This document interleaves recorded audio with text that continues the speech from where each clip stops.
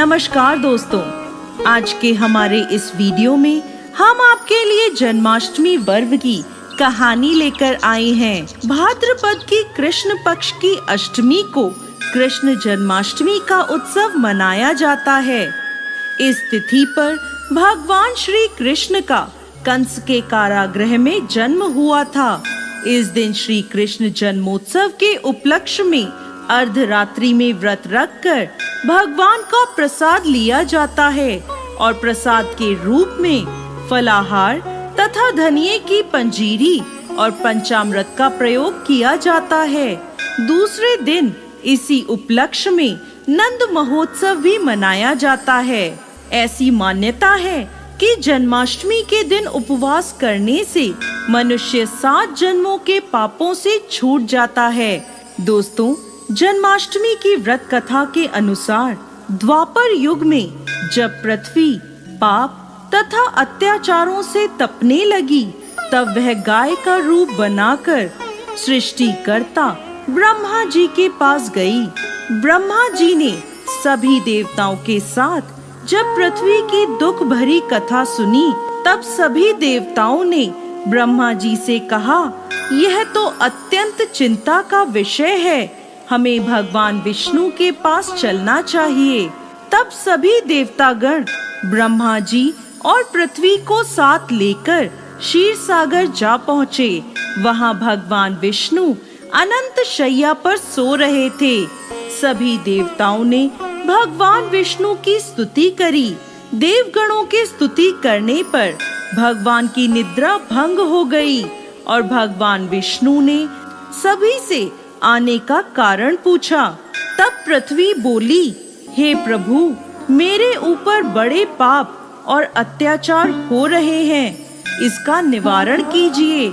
यह सुन भगवान विष्णु बोले, मैं ब्रजमंडल में कंस की बहन देवकी के गर्भ से जन्म लूंगा। तुम सभी ब्रजभूमि में जाकर यादव कुल में अपना शरीर धारण करो। इतना कहकर भगवान विष्णु अंतर्ध्यान हो गए। सभी देवता ब्रज में आकर यादव कुल में नंद यशोदा तथा गोपियों के रूप में पैदा हुए। कुछ दिन बाद वासुदेव नवविवाहित देवकी तथा साले कंस के साथ गोकुल जा रहे थे। तभी अचानक एक आकाशवाणी हुई, हे कंस, जिसे तू अपनी बहन समझकर साथ लिए जा रहा है, उसी के घर उसका 8वां पुत्र तेरी मृत्यु का कारण बनेगा। यह आकाशवाणी सुनते ही कंस ने तलवार निकाली और वह देवकी को मारने के लिए दौड़ा। तब वासुदेव ने हाथ जोड़कर कहा, हे कंस, यह औरत बेकसूर है, इसे मारना ठीक नहीं है।